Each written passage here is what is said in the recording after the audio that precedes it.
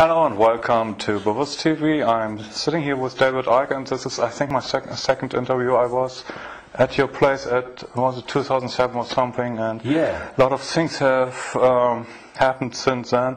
But we have to start from the beginning, so to say, for the audience who don't know you, David Icke. Most people know you, but not everyone.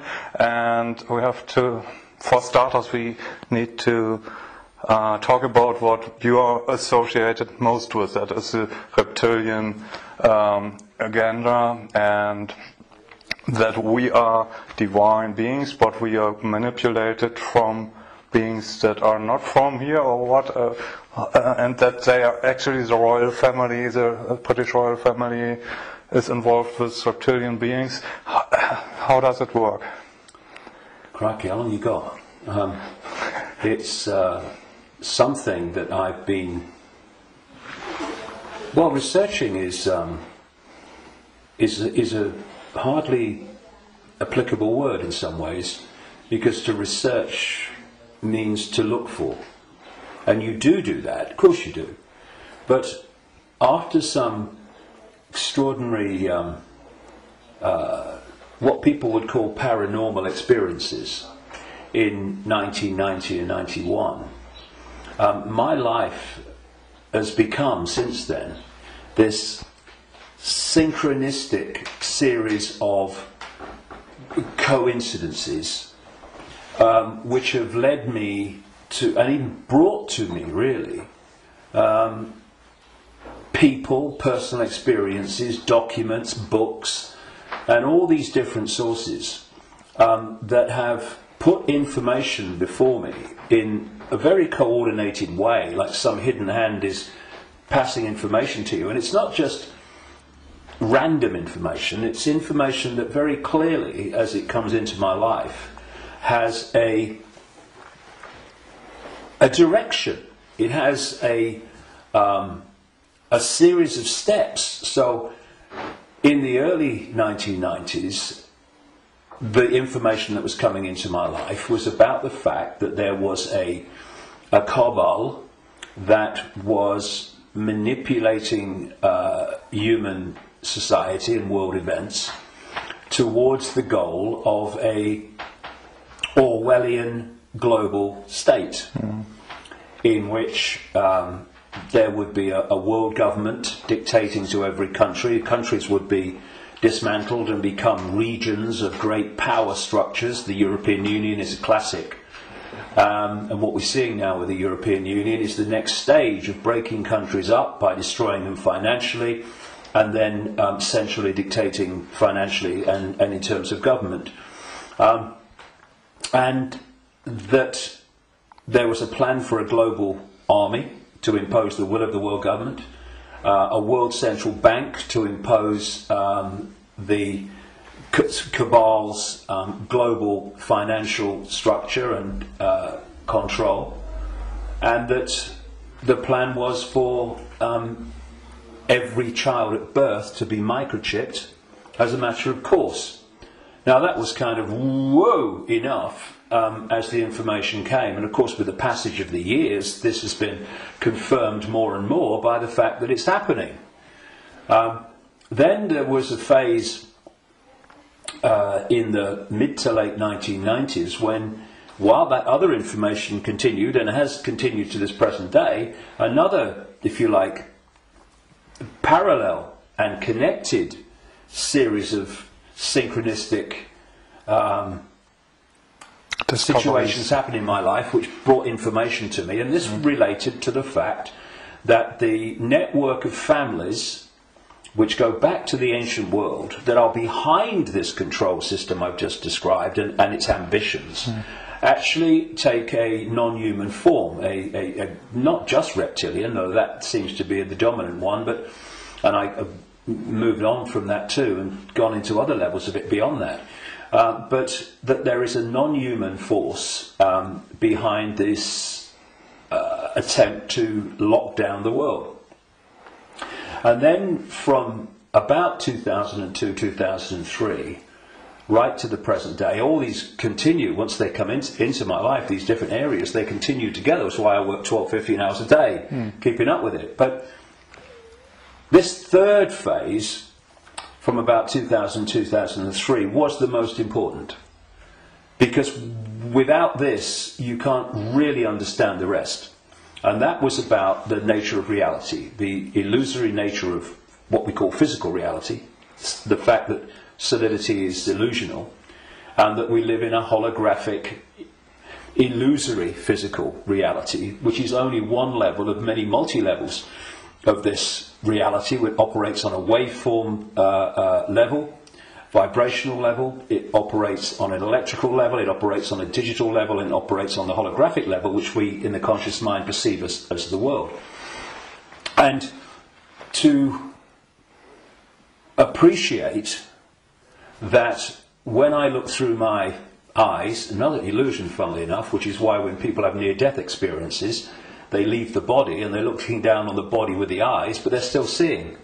So, I mean, the scale of illusion in our so-called physical experience is extraordinary. I mean, and we've not got to the bottom of it yet. But it is that when I look through my eyes, shall we say, that people think that they're seeing everything there is to see in the space that I'm looking at. No, they're not. They're seeing a tiny band of frequency called visible light, which is so tiny it is ludicrous. And the rest of what exists in this universe, and even mainstream science would say this, although it's Stone Age science I would suggest, but even it sees this, that the overwhelming vast majority of what exists in this universe, in energy, matter, mass, whatever you want to call it, its different forms, we cannot see. And therefore, we are living, if you like, in like a holographic television channel. So, all I'm seeing now as I look here is this tiny frequency range called visible light. Channel 1. Yeah, but all the other levels of reality also share the same space as the one that we're experiencing. And, you know, we've got digital television coming in now and all that stuff, but if you take the analog version of television, radio too, they are sharing the same space without interfering with each other, because they're on different frequencies. And thus, interpenetrating this reality that we experience with the conscious mind, it are all the other realities where very, very different worlds are manifest, and with very different what we call laws of physics. And so it's from these frequencies that are very, very close to this one that we use the term with radio and television where interference takes place. And if you have two radio stations that are well away from each other in the frequency band, then they don't interfere with each other. One's not aware of the other one. But you get two frequencies that are close, and you can get, it might be dominated by one, but there's interference from the other. Why? Because the frequencies are very close. Well, these manipulating entities, forces, shall we say, operate from a frequency band that's very close to this one, but not this one. So but we might not see them, but they might be here. Well, let's give an example. You'll see stories of UFOs appearing out of nowhere and disappearing into nowhere. You'll hear stories about people saying this entity appeared out of nowhere and disappeared into nowhere. Well, they haven't disappeared. And they haven't appeared out of nowhere. What they've done is they've entered the frequency band that we can decode, the visible light frequency band that I'm talking about, and when it enters that, we start decoding that information because it's now in our ability to do that. And as we start decoding it, bang, to the observer, it appears that it's just come out of nowhere. And then it leaves that frequency range, and to the observer, it's disappeared into nowhere. It hasn't. It's just left that band that we can decode, which is tiny. And so, when I find this particularly compelling when I go around different ancient beliefs and explanations of what's happening, and you find that although they're using different names, they're telling the same story. For instance, there was a group of people, or shall we say a belief system, which goes back hundreds of years and has become known as Gnostic. This was the belief system of people that ran the Great Library of Alexandria, with Hypatia, who was slaughtered by a mob inspired by the Roman Church, because that library carried information and knowledge that would have, as it circulated, demolished the Roman Church's version of everything. And it was challenging the Roman Church version of everything. And what's interesting is whenever you come across the Gnostics' belief system expressing itself, you see it's followed by slaughter, suppression, and the destruction of that knowledge. So the Cathars in southern France were Gnostics in terms of their belief system. We'll go into what that belief system is in a second.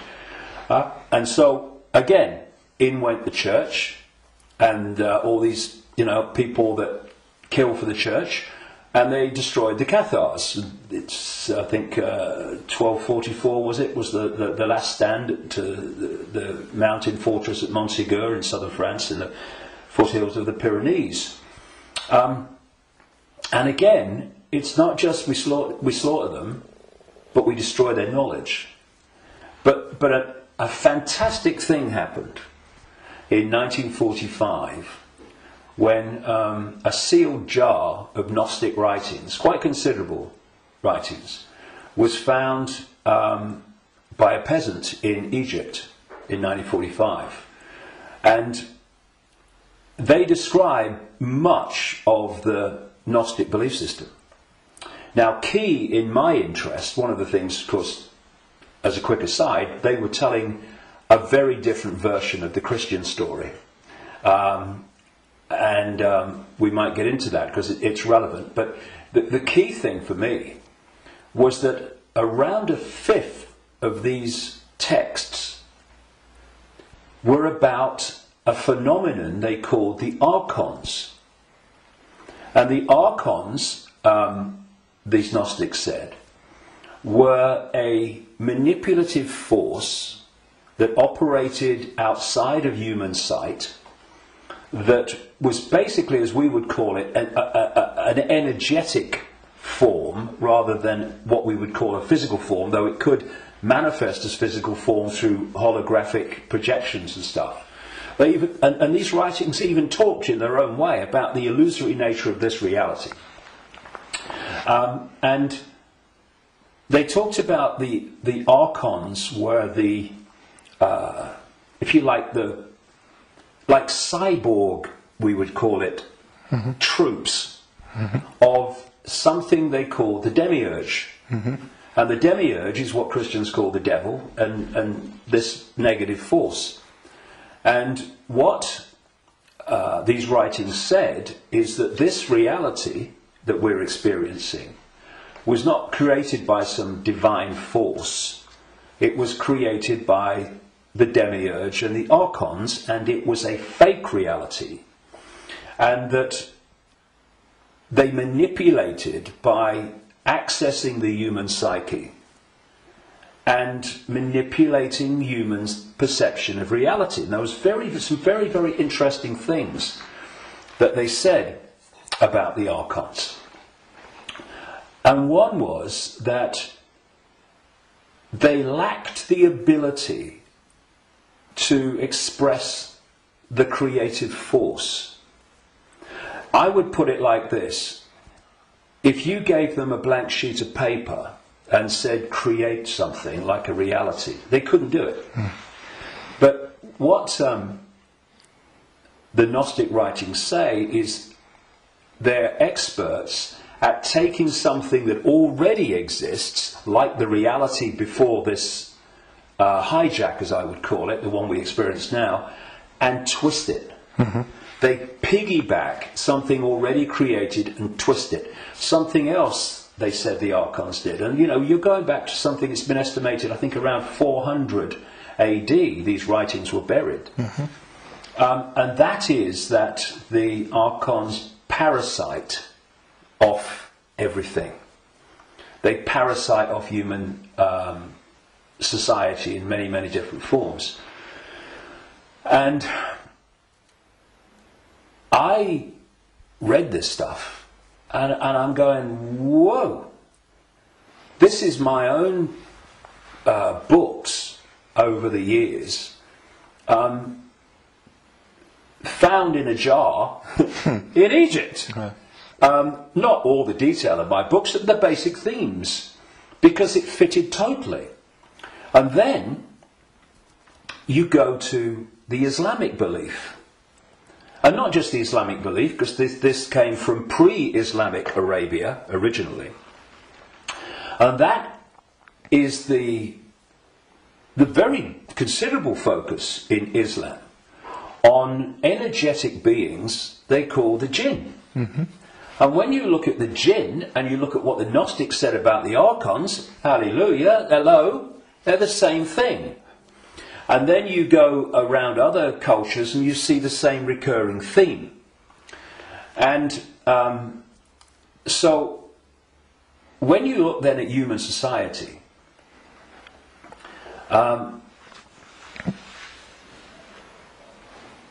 who creates? What is the creative force within human society?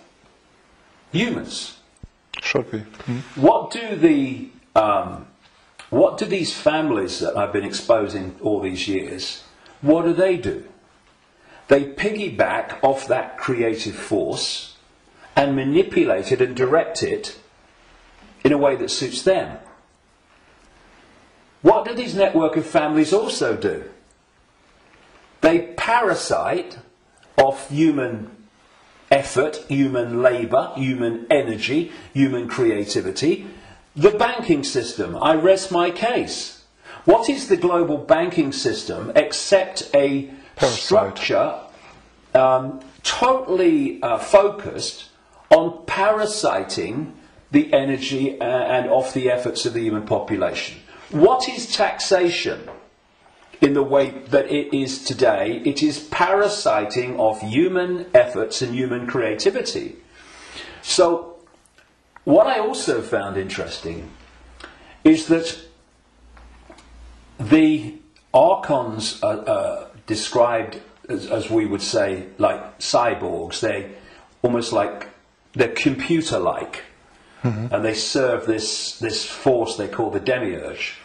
Well, I've been talking about these reptilian entities that operate outside human sight but can come in, and the Archons can, but they can't stay for long because of the frequency difference. They can come in for a while, but it takes so much energy to stay in our reality because it's not their natural frequency band that they can't stay for long. And what they've done, just a quick aside before I continue that thing about the reptilians, what they've done is they have created a network of bloodline families going way back to the ancient world, which represent their interests with invisible light because they can't come here and stay for very long. So these families, where their outer human form, if you like, is operating within the frequency band of visible light, they are the Archon representatives within human society. And this is why you get this network of families that sit on top of the banking system, the transnational corporation network, the media ownership level, top of science, top of the education system, top of the military, top of the global intelligence network. These are these families representing what the Gnostics call the Archons. And I was just going to say a few minutes ago, when you look at how these archons are described, they're just like the reptilians that I've been writing about for years, in terms of their computer-like structured to the point of obsession society, which absolutely knows its hierarchical place. Every level knows its hierarchical place in it. And it's very robot-like and computer-like. It's not a flowing creative force. It's very structured. Boom, boom. And that's how the archons are described. They have no compassion, no yes, I mean, empathy. The only one time I've taken psychoactive drugs in my life was in 2003 in a rainforest in Brazil, when I took a rainforest potion called ayahuasca. And I went into, I had an amazing time. Some people had bad time on it. And for 5 hours, this voice, so strong when I went into an altered state of perception, talked to me so loudly and so powerful about the illusory nature of reality for 5 hours. And when I came back, and because I had instant memory of all of it, when I came back and checked it all out, you could see very quickly that mainstream science, in all its different disciplines, has shown that what I was told that night is true, but because the disciplines are kept apart and are war with each other for funding and precedence, that the dots never get put together, because they're not meant to. We're not supposed to know what reality we are experiencing. It gives us too much power once we know. And this voice said to me at one point, about when he's talking about the computer-like nature of these manipulators, if you programmed a computer to abuse a child, would the computer have any problem with it? No. Why? Because it would just decode the data and act in line with the data, the software program. And this reptilian force is very much like that. Very structured, very predictable. And interestingly, because most people don't realise this, but one of the most important parts of the human brain in terms of human behaviour and response and reaction to situations is called the reptilian brain, or the R complex. And when you look at the traits of the reptilian brain within the human brain, of course other parts of the brain balance that out, or should do, but when you have more reptilian genetics, those traits of the reptilian brain are obviously more extreme and more pronounced. And one of this is mainstream science, one of the key traits of the reptilian brain is obsessive ritualistic behaviour. And what is ritualistic behaviour? It's following the same pattern, day after day, week after week, repeating repetitious behaviour. Now, this is robotic. And so you've got the reptilians described in those terms, the archons described in those terms, etc. And these forces are different expressions and names for the same thing. Now, one of the manifestations of this network of bloodlines that represent this archonic reptilian force within human society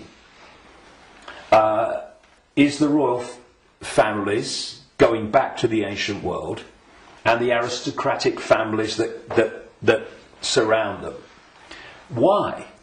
Because where did the idea that certain bloodlines should be king or queen of a people, and you have this hierarchy Because this is the other thing about reptilian genetics and the reptilian brain. It's obsessed with hierarchical structures of power. Look at our world. Look at the royal families and the aristocracy. It's absolutely rigid with hierarchy. Everyone knows their place. You're a viscount, you're a baron, you're a lord, you're a king, you're a prince, and all this stuff. This is the human expression, or the partly human expression, because they're hybrids, of the reptilian archon obsession with hierarchical structure manifested in our world. Because what they're doing is bringing that archonic reptilian reality into our world and making our world like theirs, more and more and more. Now, we have this thing, of course, going way back, which goes under the title of things like the divine right to rule. And what is that? That's the right to rule because of your bloodline, because of your DNA. And we have the ancient emperors of China claiming the right to be the ruler because of their descendants from the serpent gods. And the association between the serpent and the snake with royalty and royal families and royal bloodlines, just follow it back. And so you look at these royal bloodlines that have come through, because what happened is that there came a time when the human population started to reject overt, in-your-face dictatorship from royal bloodline. And that you had that move where this force, not entirely, not least in Britain, moved into what I call the dark suit professions of banking and business and all the rest of it. And politics, and have gone on manipulating from that point of view. But some of them survived, like the British royal family. Now, if you want to see a group of people that are so obsessed to the extreme, not just with hierarchy, but my goodness me, they are. The whole British class system, as they call it, is based on, obviously, hierarchy, which is based on the head of state being the Queen. But you want to see a group of people who are obsessed with ritualistic behaviour, look at the royal family. She goes to the same palace at Christmas. She goes to the same palace in the summer. She goes to the same palace in the spring, and so on. And if you look at the royal year, it's ritualistic. It's a hamster's wheel, repeating. And then, and we've seen in the week that we're talking, 60 years, the Queen Elizabeth, 60th year on the throne, the Diamond Jubilee. It's really been in our face in the last few days, and I've watched as much as I can because I wanted to follow the ritual. But, you know, Britain is famous for what is called pomp and ceremony. You know, the guards in red jackets and black hats, you know, like, you know, need a haircut. Marching up, changing of the guard, and then you've got people in breeches and all this stuff. It's unbelievable. But it's not pomp and ceremony.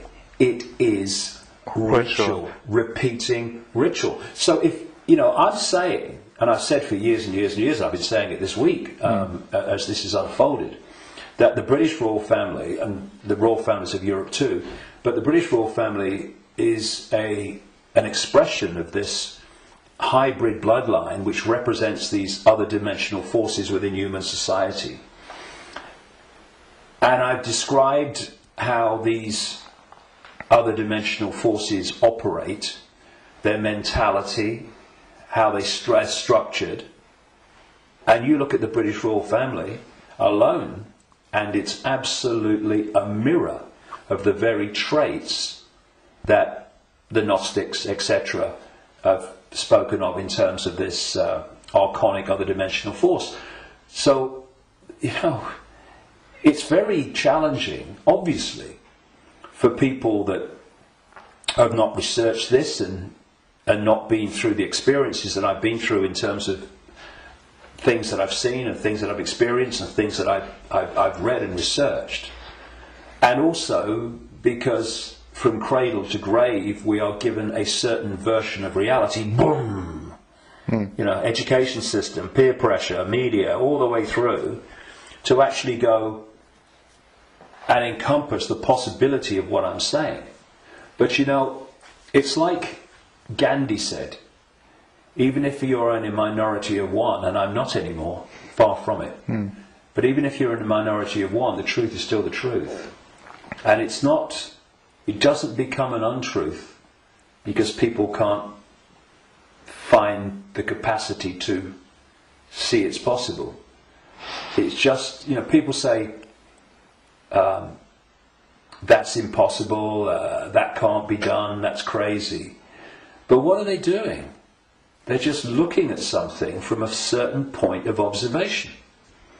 And if their point of observation has been just to take in the programming that's imposed upon us from the first moment we become conscious in this reality, then they'll see it in a certain way and they'll say, that's crazy.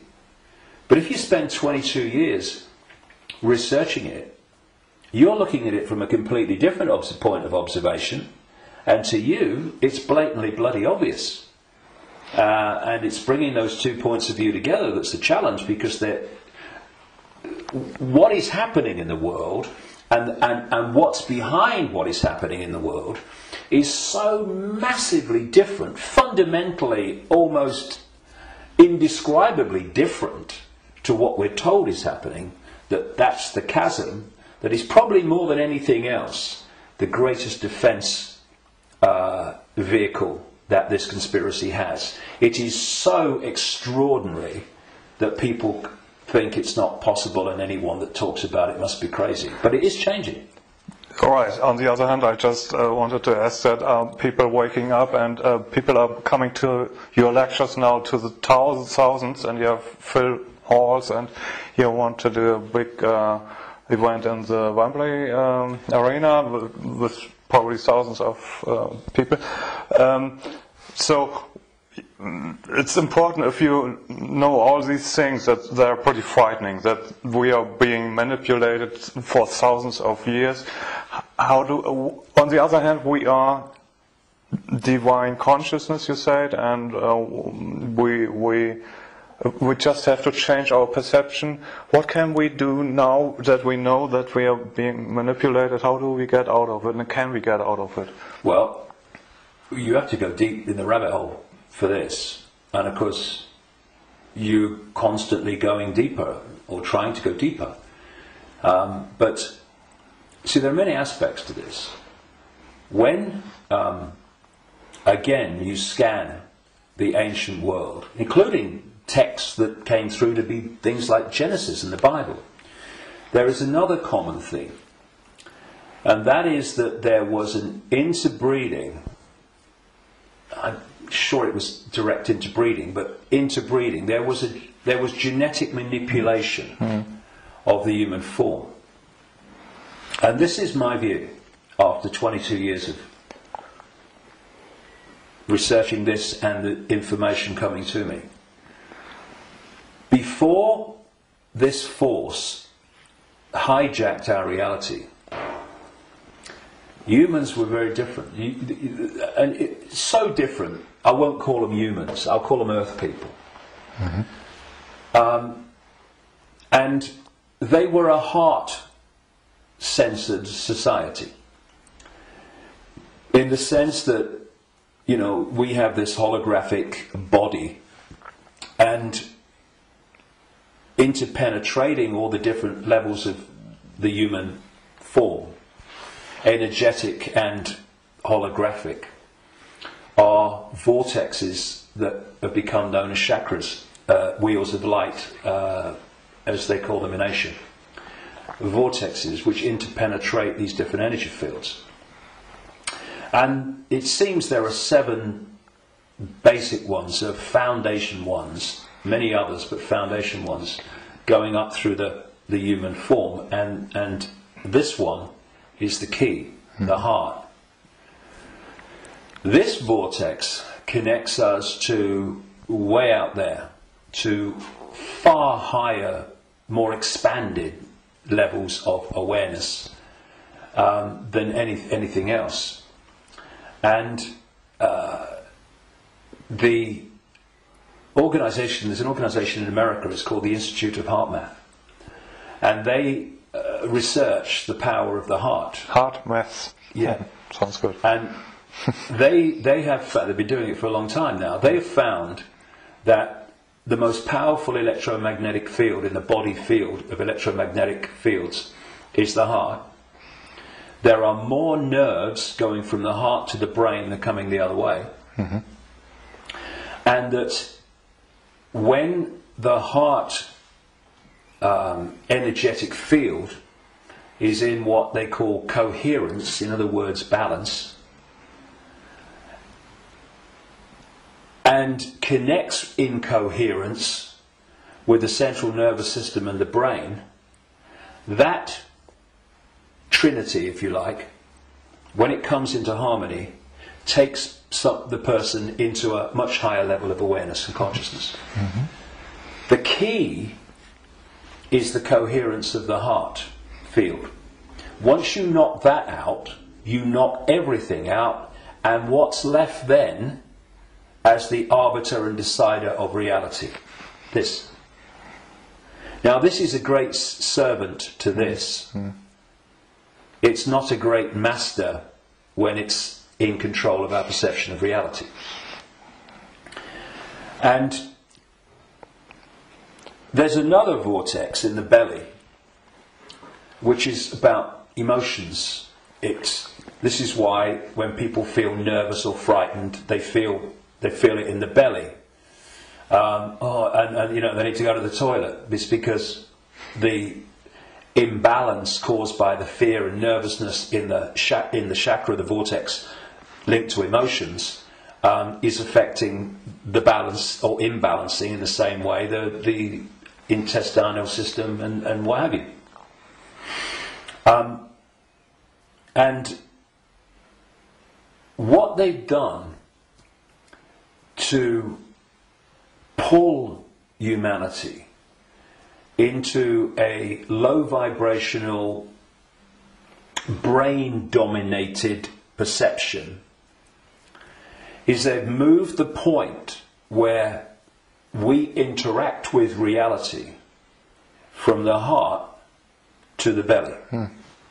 They've done it genetically because, as I said in my last book, Remember Who You Are, I'm saying that on the level of human DNA that they call junk DNA, which is anything up to 98% non-coding DNA, they call it junk DNA because they don't know what it does.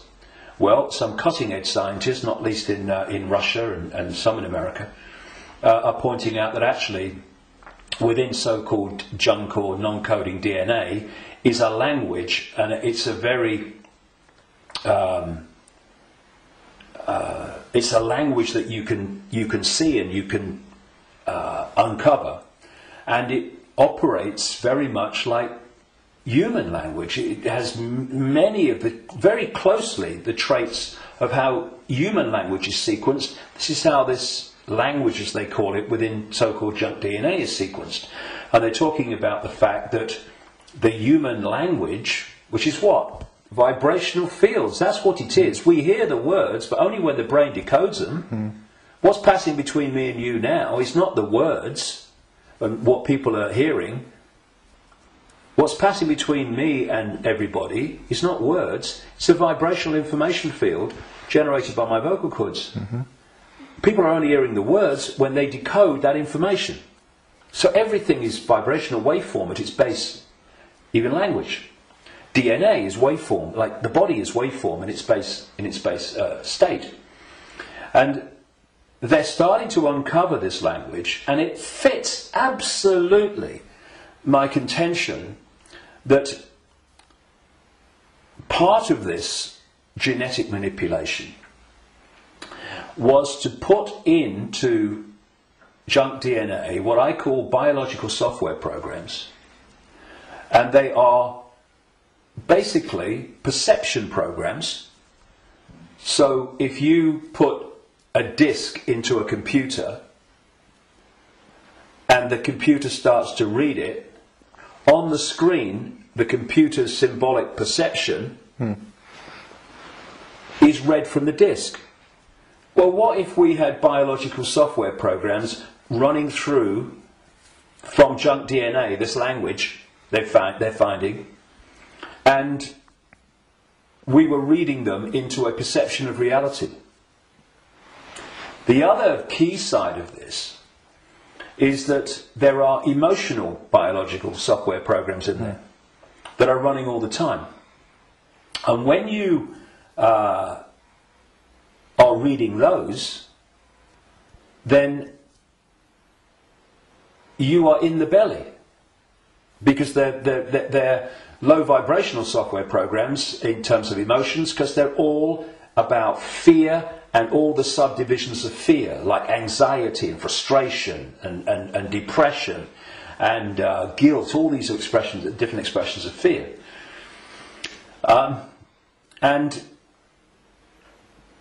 if we do not open our minds, I call this the human body-mind computer, biological computer.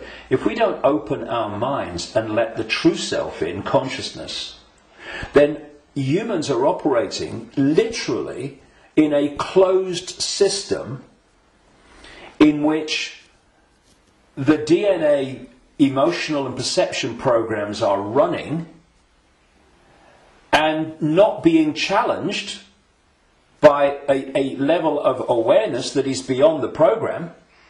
So basically, people talk about the blind leading the blind. What humans are is the program leading the program. And it is my view, and this may be shocking to people, even some who've been along this road a bit. It's my view, after 22 years of putting this together, that the vast majority, at least, of humans have been going through entire lifetimes without having a single original thought or emotional response. Now, when you've got psychologists, I mean, Carl Jung, the Swiss psychiatrist, talked about this, but others too. When you've got psychologists that say that they can break down the human personality into 12 major archetypes and combinations of them, well, at the level of awareness, at the level of consciousness, at the level of the true self, we are infinite possibility within an infinite reality of infinite possibility. How on earth can you break down that into 12 major archetypes and combinations of them? It's ludicrous. You can't. But what can you do that to? Computer programs. And that's what we are. These archetypal personalities are actually software running, perception software running within junk DNA. Now, put all this together, and that has moved us from a heart-centered society, connected out into a greater level of reality. This is the innate intelligence. This is supposed to serve this, not be the governor of perception. That's why this knows, and this thinks has to work it out. People don't go, my intuition thinks, no. My intuition, and we do this, don't we? My intuition just knows. Because instinctively, on a subconscious level, we're going to that point of true knowledge, beyond knowledge. This is knowledge awareness. But what's happened is our point of interacting has gone from the heart-centered society, and if you're coming from this, and this innate awareness, this innate knowing, this innate understanding that everything is connected to everything else, then you manifest from that a completely different society to the one that we have. What's the one that we have? They've moved it into the belly. Humans now, gold. I've got a cough. it's not the cough that carries you off, it's the coffin that carry you off it. Now, they've moved it into a belly society. Where does human response come from, overwhelmingly, to events that we face? The emotions. It's an emotional response. It's an emotional reaction. It's not a heart reaction, overwhelmingly, though of course it does happen. It's an emotional reaction. You know, this mass manipulation technique that I called a long time ago problem, reaction, solution, where they create the problem covertly, tell the people through an unquestioning mainstream media the version of the problem they want people to believe, and then they get the reaction from the people, do something, something must be done, and then they who have covertly created the problem got that reaction, do something, then at stage 3 openly offer the solution to the problems that they have created, which gives them the excuse to change society and advance the agenda that they're following. Now, it's not problem, go into the heart, look at it from the innate intelligence of the heart. It's not even problem, have a think about it, do a bit of research, see what you think. It's problem, reaction, solution. It's the manipulation of an emotional response, an emotional reaction. And what they're doing all the time is manipulating an emotional response to get support or to justify what they're doing. So, for instance, they'll tell you that Gaddafi was killing his own people and what have you, because they're looking for an emotional response. Oh no, we've got to stop him killing his own people. What they don't tell you, of course, is that the rebels were actually put in there, funded and armed by the NATO alliance to cause the problem. And then when Gaddafi's troops start reacting to what they're doing, shooting back at being shot at, then suddenly, oh, look, Gaddafi's killing his own people. Reaction, oh yeah, we've got to stop it. So this is happening all the time. You know, 9/11, ooh, that was, look at 9/11. And those horrific pictures and the towers coming down. Did that take us to here? No, it took people here. And from this gut, what would you say? Gut reaction. You know how many? People say, "What does your heart tell you? What does your heart tell you?" Right? But how many times, instead of going, "What does your heart tell you?" what do we say? What does your gut tell you? Emotional response, emotional reaction. And so what they've done is moved us. Not all of us, not everybody, but the vast majority. They've moved them from the heart, high vibration, which they can't touch. Yeah. If we're in the heart, we're untouchable. It's like Radio 1 trying to impact on Radio 2. Can't be done. They're terrified of us going into the heart because it's over. So they move us into their stadium vibrationally. Because not only do they manipulate human response through emotion, they feed off human low vibrational emotional energy. They've turned us into their energy source, because they're an energetic source basically at their core. Well, we all are, but they're much more energetic than we are, because we're much more aware of the holographic, the so-called physical. And so when we eat food, we think we're eating physical food. There is no physical. We're eating holographic food. But the foundation of that food, which we decode into some kind of illusory solidity, is actually a waveform information field.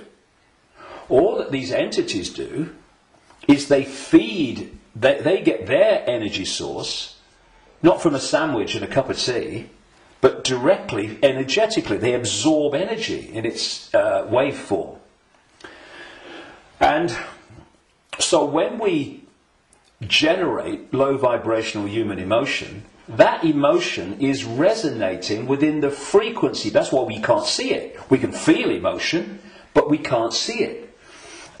Because it's vibrating within another frequency band beyond visible light.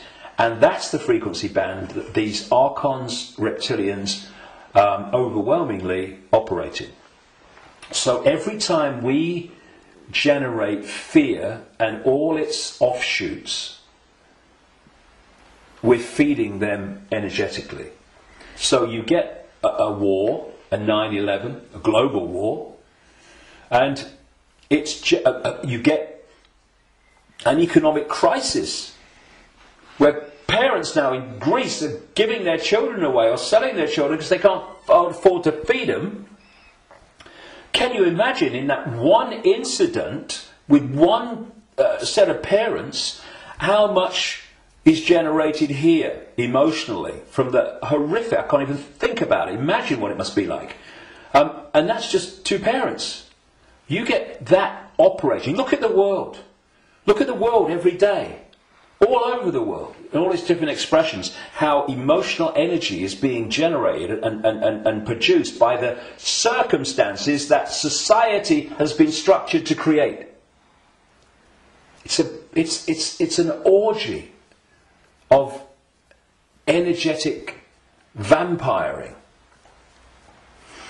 And so, when Morpheus in the Matrix held up a battery and said, the Matrix is a computer-generated dream world made to turn humans into one of these, that is a profound truth. Because that's what we've become. Not so much batteries, though that was a good symbol, but actually generators, power stations, generating this energy. So we have this situation, if we bring these strands together at this point, in my contention, that these perception programs are running through junk DNA, and the emotional software programs, biological software programs, are running through non-coding junk DNA. And as those programs are running, and as society is structured so that it generates situations, in computer terms, data, that trigger those programs and bring them to the surface where they're more impacting upon our behaviour and responses, you are locking humanity into this closed system where the program programs the program, and you're also pulling people from the heart, high vibration, down into low vibrational belly emotional vortex, which is pulling humanity into the predator's vibrational stadium, and in doing so they are able to trawl and vampire the energy that emotional state and response is constantly generating. Now, I've talked for a long time from your question, what can we do? Because that background, I suggest, was fundamentally necessary. So what do we do? What can we do? It might sound trite and all the rest of it. I mean, because what we've got to do, of course, is we've got to stockpile weapons. We've got to create human armies to fight against them, and we've basically got to try to do all the things to them that they do to us, right? And where does that take us? First of all, it makes us them. And secondly, if we go down that road, will do what? Will produce more and more and more of this low vibrational emotional energy in the hatred and in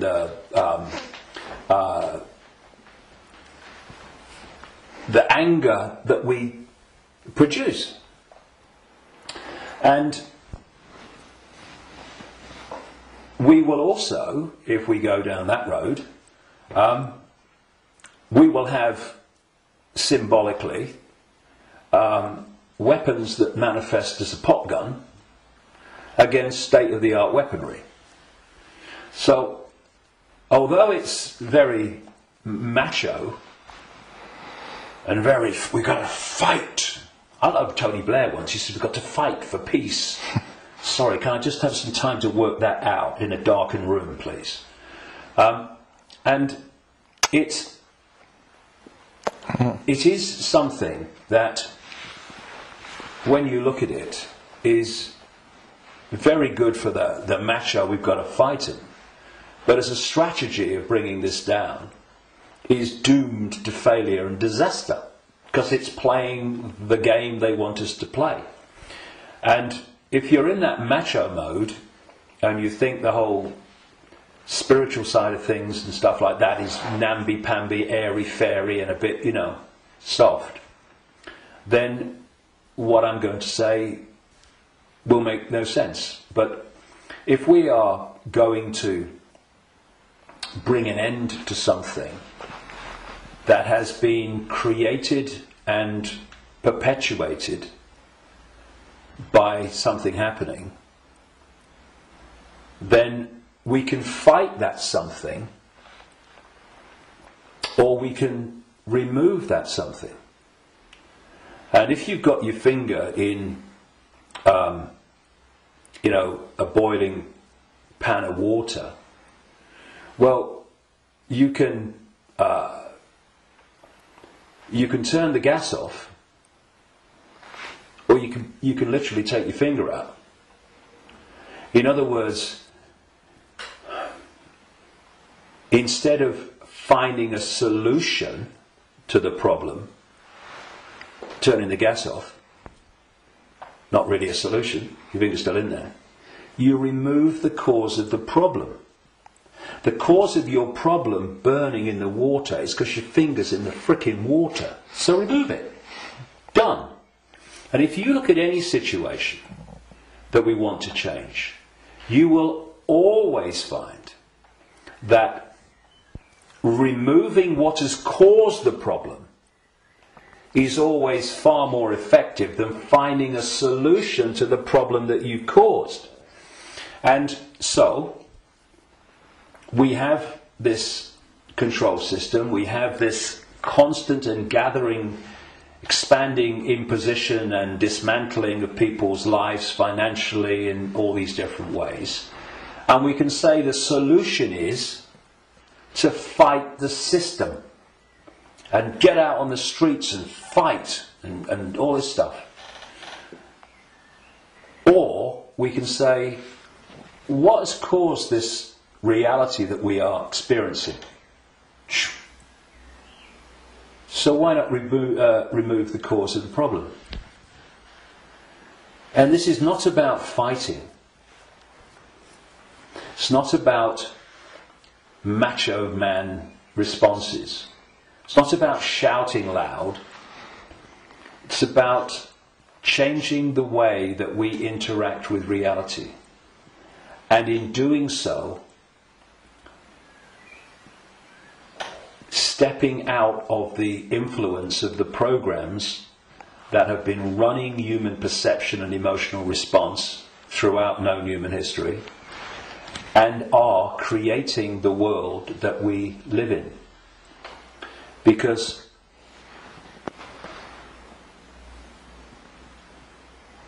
if I go back to what the Gnostics said about the archons, they have no creative energy.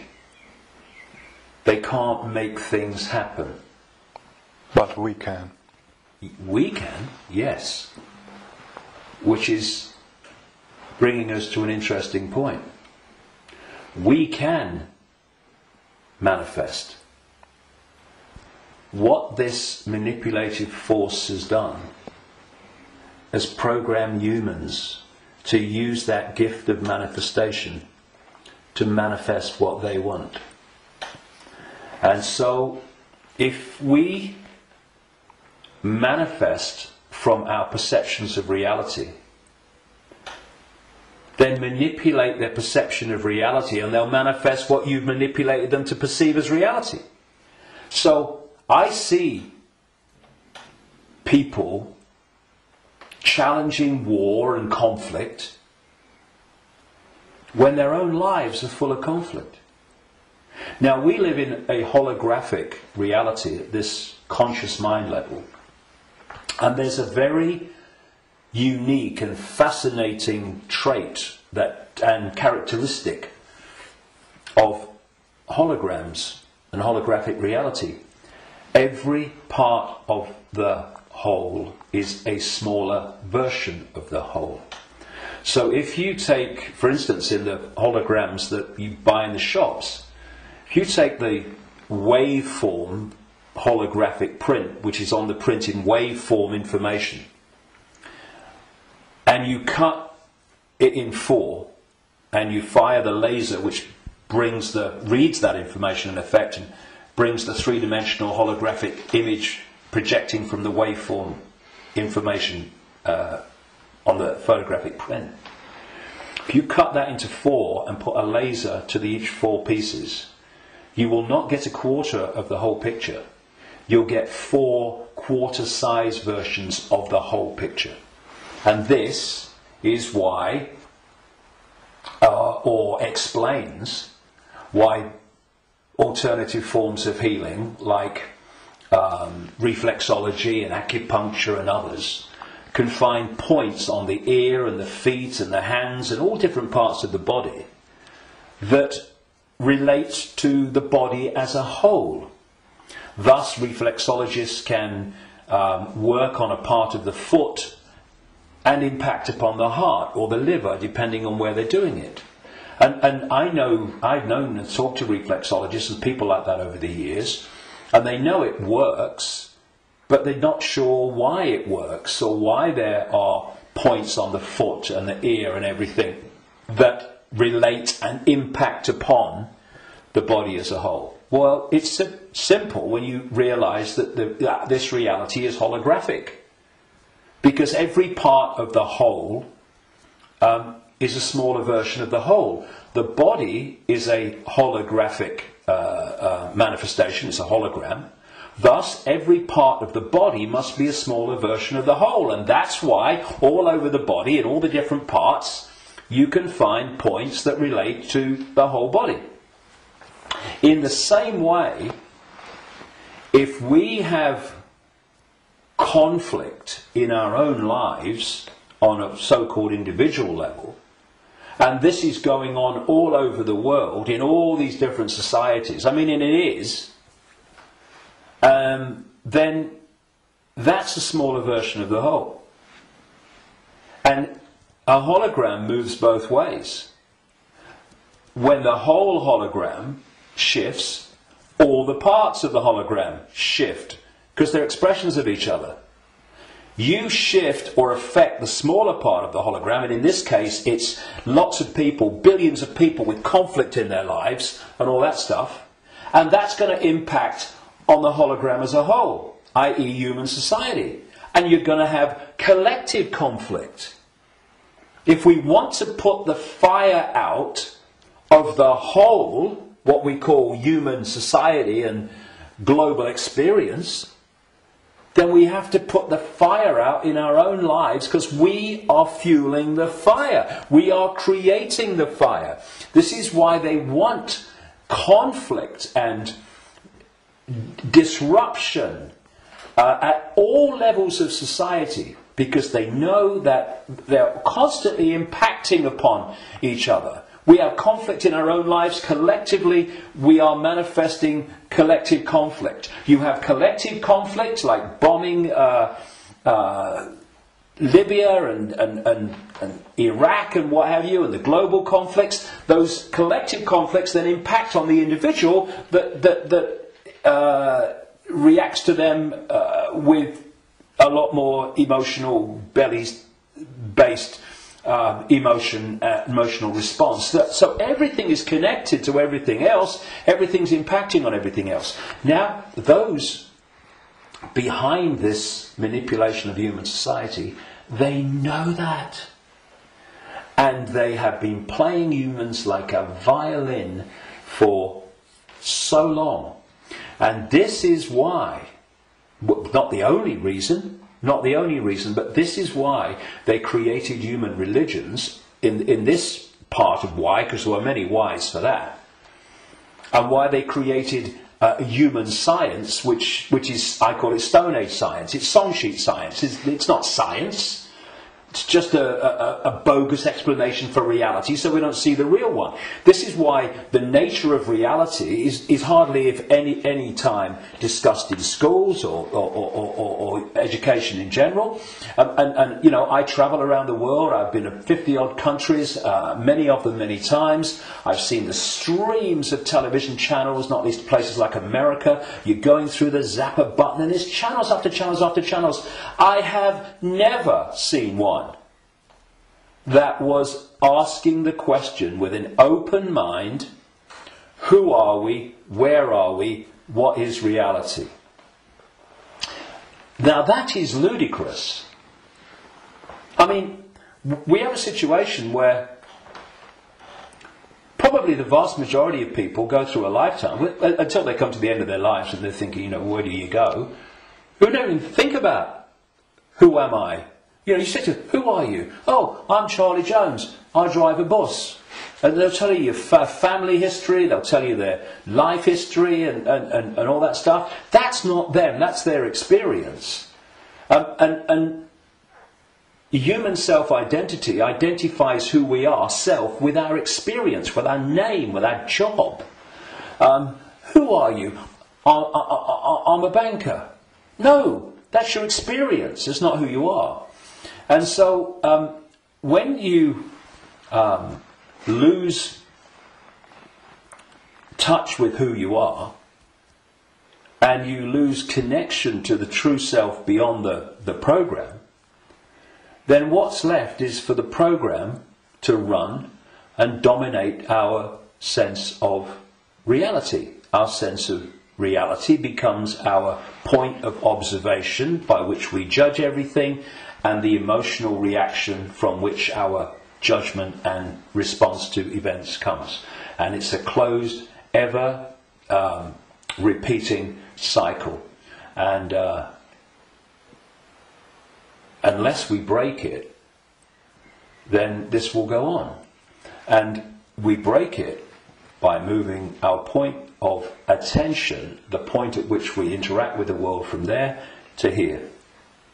And you know, I had some amazing experiences in Peru in 1991. Amazing experiences which changed my life and all the rest of it. And I went back to Peru with a group of people from all over the world in April 2012. And we went around Peru, and we went to Machu Picchu, and this place where I had my amazing paranormal, what extraordinary experience in 1991, called Siyustani, near a place called Puno, and Lake Titicaca, the highest navigable lake in the world. And this group, all of us, were going around these places, and what these places were heart places. Mm-hmm. When you went there, you interacted with them from here.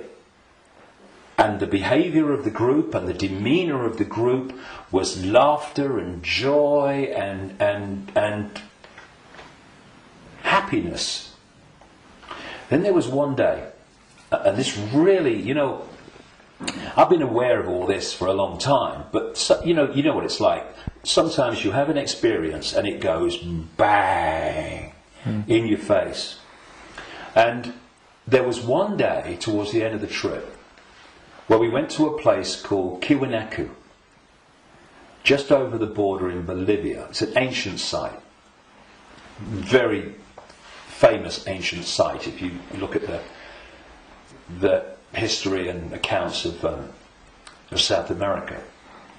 And if anyone thinks that human awareness, human emotion, human demeanour does not impact upon the energy field that we're all interacting with, they should cross the border between Peru and Bolivia at this place where we did. You walked across a bridge across a river, and one side was Peru and the other side was Bolivia. So once you crossed into Bolivia, woo, doom, this, you're right? back.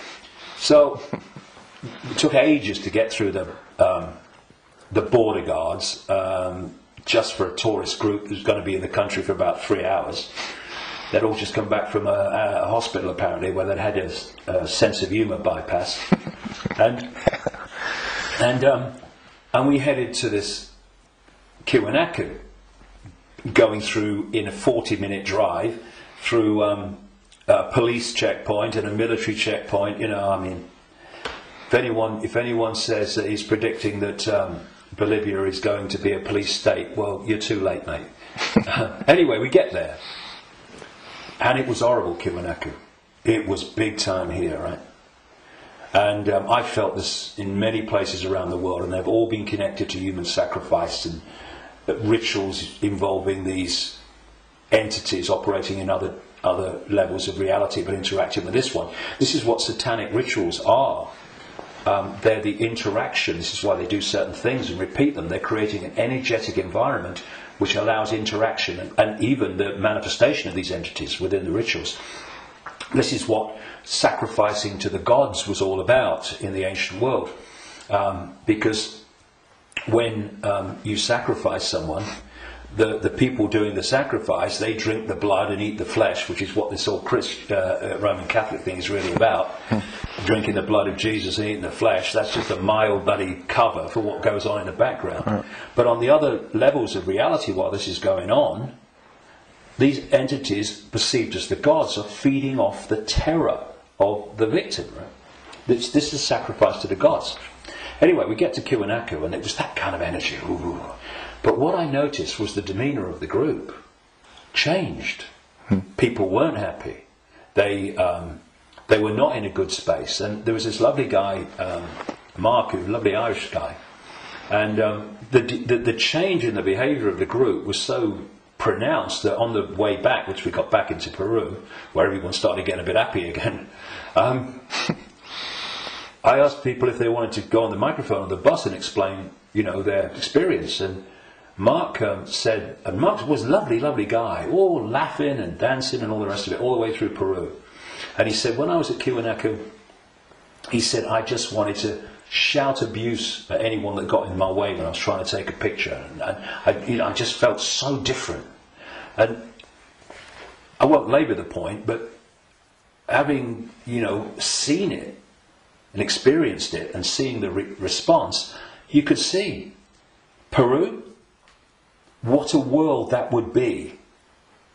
And then Kiwanaku, the world that we have today.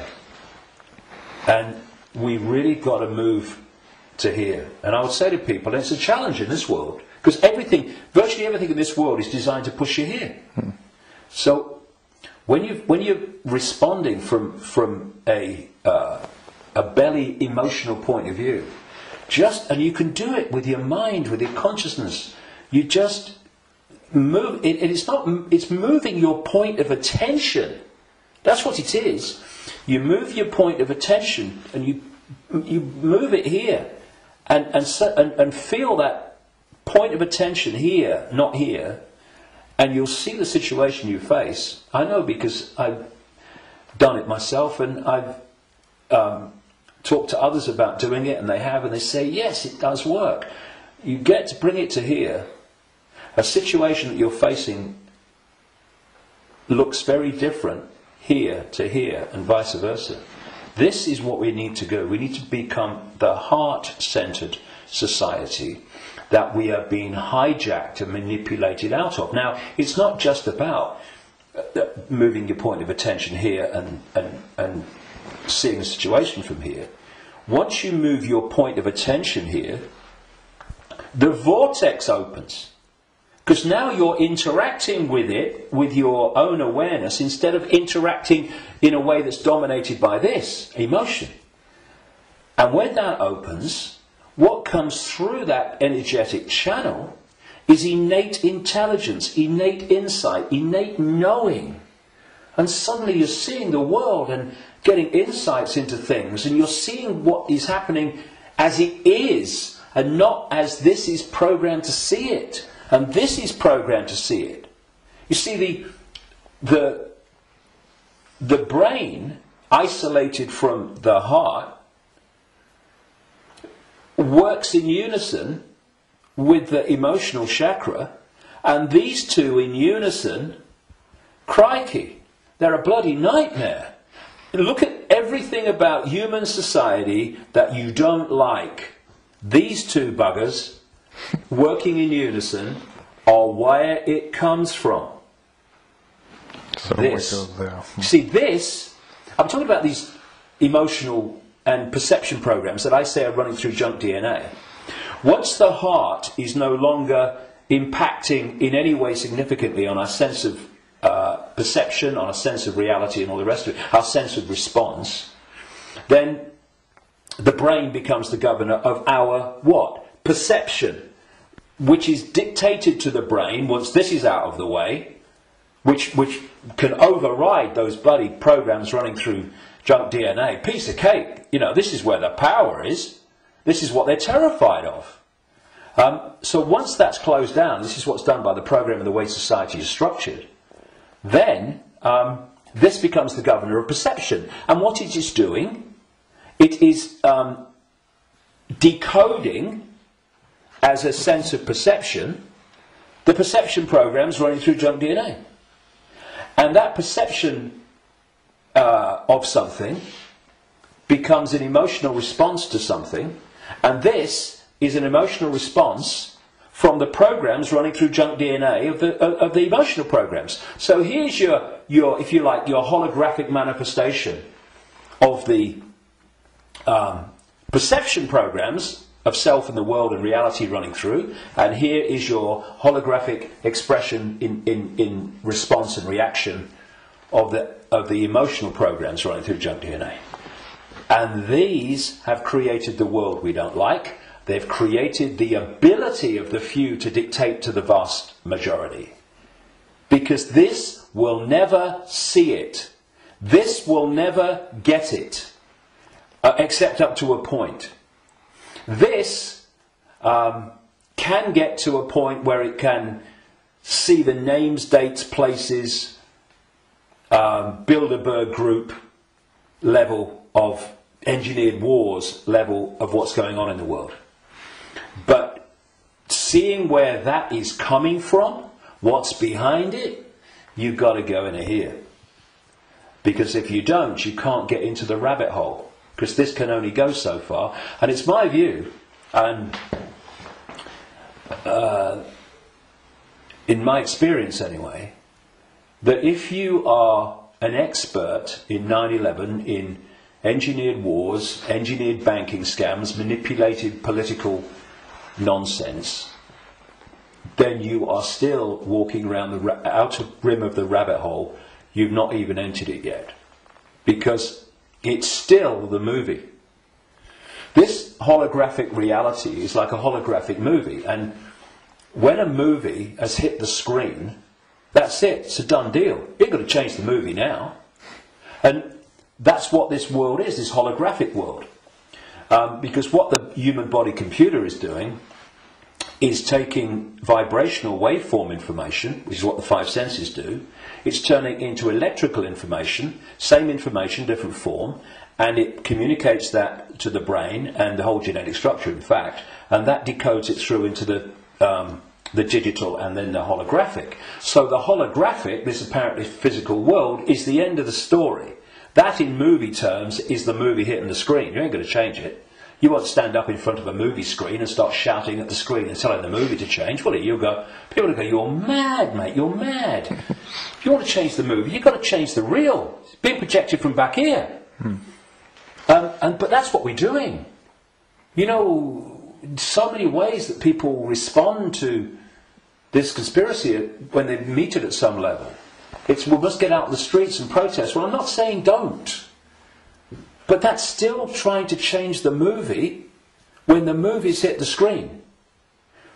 If you come back and go deeper in the rabbit hole and you understand where this movie's being projected from, which is from other frequency bands of reality through the Illuminati families and the Illuminati structure within visible light human society to become the movie we call human society, then you can go back to the point it's coming from, and therefore you can change what's coming. You can change the movie. And that's what we need to do. And to do that, you know, those that And I'm not knocking the 5 sense level of the conspiracy and communicating it, 9/11, manipulating. I'm doing it every day on my website. Books are full of it. We need to know that. But if we only do that, then basically we are seeing the outcome. We are not seeing the origin.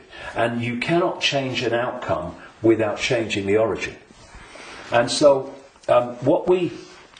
when I look at so much conspiracy research, good luck to them. You know, everybody that comes and does this, hallelujah to you. Good on you. But there comes a point where we know how the system works in the holographic world. I mean, what's left? Finding out what size shoes Henry Kissinger takes. Yes, on a daily basis as it unfolds, we need to, you know, keep with it. But, okay. But are we going to become recorders of our own enslavement? Oh, see, I told you they'd do this next. Look, they're doing it. If we do that, we've moved from not knowing that the prison's being built around us to seeing the prison being built around us. But there's a common theme between the two of them. The prison's being built around us. And that's fine if people want to do that only. I'm not saying don't do it, but to do it only and ignore where it's coming from, therefore the solution or the removing the cause of the problem. The people who only do that will record and record and record and record their own gathering enslavement and the enslavement of humanity until we wake up. Would you come with me, sir? I ain't waiting for that. We need to change where it's coming from. And for that, there are some major challenges for those in the conspiracy research arena who are dominated by a sense of patriotism and dominated by a sense of a religion. Because patriotism, in the sense of, I'm not saying don't, love your country and love your culture, nothing like that, but patriotism in the sense of self-identity, I am an American, I am an American patriot. No! That is your experience. What you are is infinite awareness. All that is, has been, and never can be. All possibility. Having that experience. And I'm a Christian. No, you're not. That's the belief system you have chosen to take on as your persona.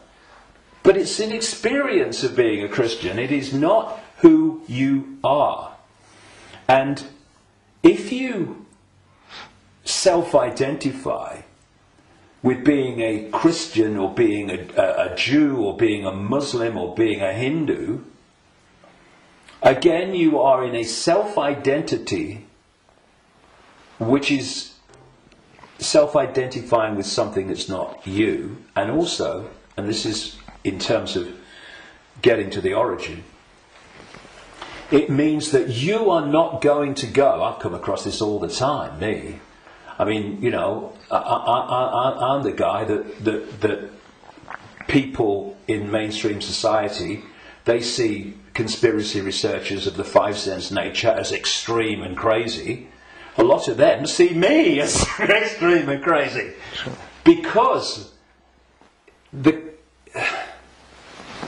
if you think that all you need to know about life and reality is between the covers of two covers of a book, written by who knows when, in who knows what circumstances, the Quran and the Bible and all the rest of it, then and what that tells you are and reality is and how it all works, you ain't even gonna begin to go down the rabbit hole into the areas that we need to understand.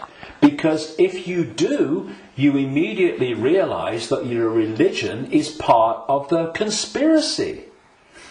We talked earlier about the archons and this demiurge, that this like devil figure, as Christians would call it, that the Gnostics talked about in their texts.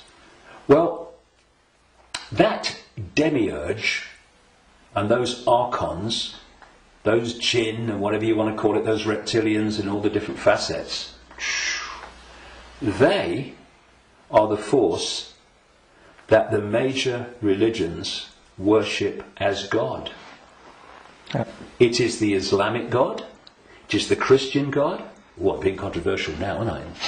I have been known to. I don't care. I want the truth, not the popularity contest victory. It's the God of Islam. It's the God of Christianity. It's the God of Judaism. Yahweh. Oh, that's the demiurge. That's this fake manipulator of creation that the Gnostics talked about. So we got this situation. Please tell me it's not true. I'm afraid it is. But it doesn't have to be. We just change it and it's gone. But where this unseen network that the Gnostics talked about, all these people talk about, have created this conspiracy, this network of human manipulation of politics and business and banking and all the rest of it. And some people, increasingly large numbers of people, fantastic, have started to see that and challenge it and try to expose it.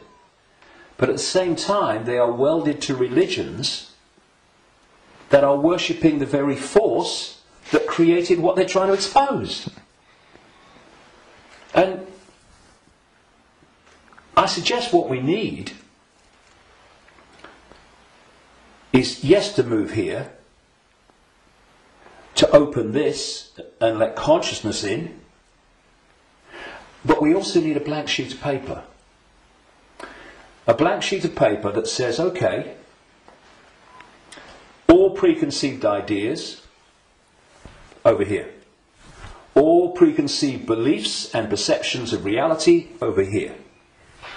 Now, from this point, what goes on that sheet of paper in terms of my perception of reality comes from information, comes from innate knowing, does it feel right, and comes from it standing up on the basis of credible information and intuitive knowing. Now, some of these preconceived beliefs, they might be able to be put back. Mm-hmm. Maybe. I don't think many will. I don't think any will, really, but they can be. But they're not there on the sheet of paper dictating reality by reflex action. Now, David Icke, he talks about shape-shifting reptilians. He's mad. It's not possible. No, you do not believe it's possible, and thus you are dismissing what is absolutely explainable, not because you've researched it, not because you've even looked at it, but because that program, which is dictating your sense of reality, cannot encompass it. Thus, people say to me, and have said to many people in this arena, when the actions of these families have been exposed, they'd never do that. No, mate, you would never do that. They would and are every day. It's this. And then you say, well, how much? I've said this to television interviews in the mainstream, but they're like, loads of rubbish. And I say, well, I've been to 55 countries, many of them many times. I've researched this full time for 22 years. How much research have you done on this subject? Zilch. But it's different, it's outside of their perception of possibility, so it's dismissed.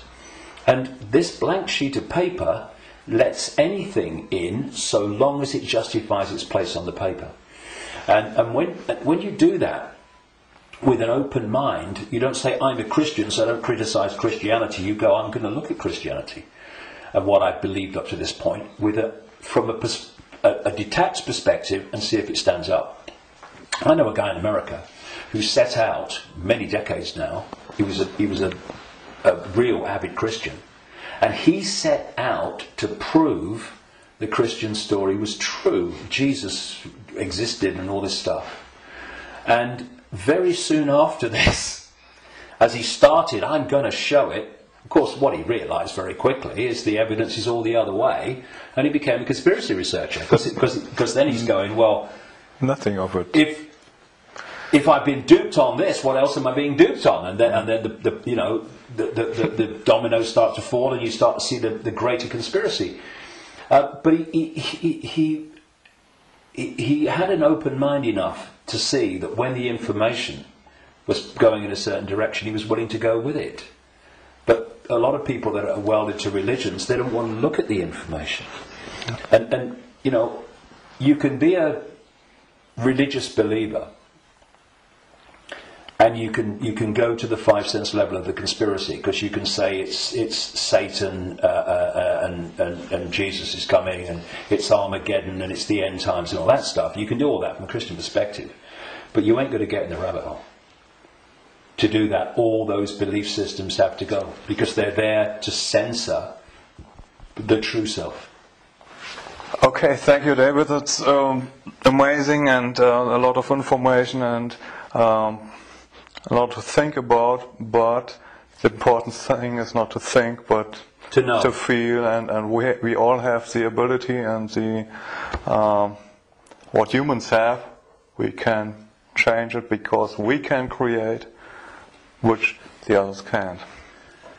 Yeah, so they create through us, and the difference is, and the way to turn this around is to, instead of having our sense of reality manifest as our experienced reality by external forces manipulating our sense of reality, which becomes our experienced reality, we get rid of that influence, and our unique perception of reality becomes our unique experience of reality. Do you think we've got a world worth living in then? Do you think 2012 is a year that a lot of people say then there will be a major change? Do you think that's happening? Well, I've not gone along with that in the way that it's just been described in many ways. I came across a theme almost immediately after my initial stirring awake in 1990 in the spring, when I went to a psychic because I felt this presence around me all the time, and I wanted to know what it was. I didn't tell her, but just if she would pick it up, and bingo, lots of things happened. So, I was going to go out on a world stage and reveal great secrets, and there's a shadow across the world, had to be lifted astray, to be told all that stuff. From that very earliest time, there was this theme that there was a vibrational change, which I would see now as a waveform information change, that was going to have many effects, but two major ones. One, it would awaken vast numbers of people eventually to another perception of self in the world and reality. The less closed-minded would be affected first, but eventually people at that time who were absolutely in the bubble, in the box, would be affected. Well, it's happening. Quite demonstrably, it's happening. And the other effect, major effect of this vibrational change, which way back in 1990 I gave the title The Truth Vibrations because of this, these changes that we was going to bring, was going to be that this vibrational change would bring to the surface all that had been hidden so people could see it. Well, you look about people waking up to another version of reality and self in the world, in vast numbers in 1990. You look at all that's been hidden coming to the surface in 1990. You know, what? Look at it in 2012. It's incredible. It's happening, right?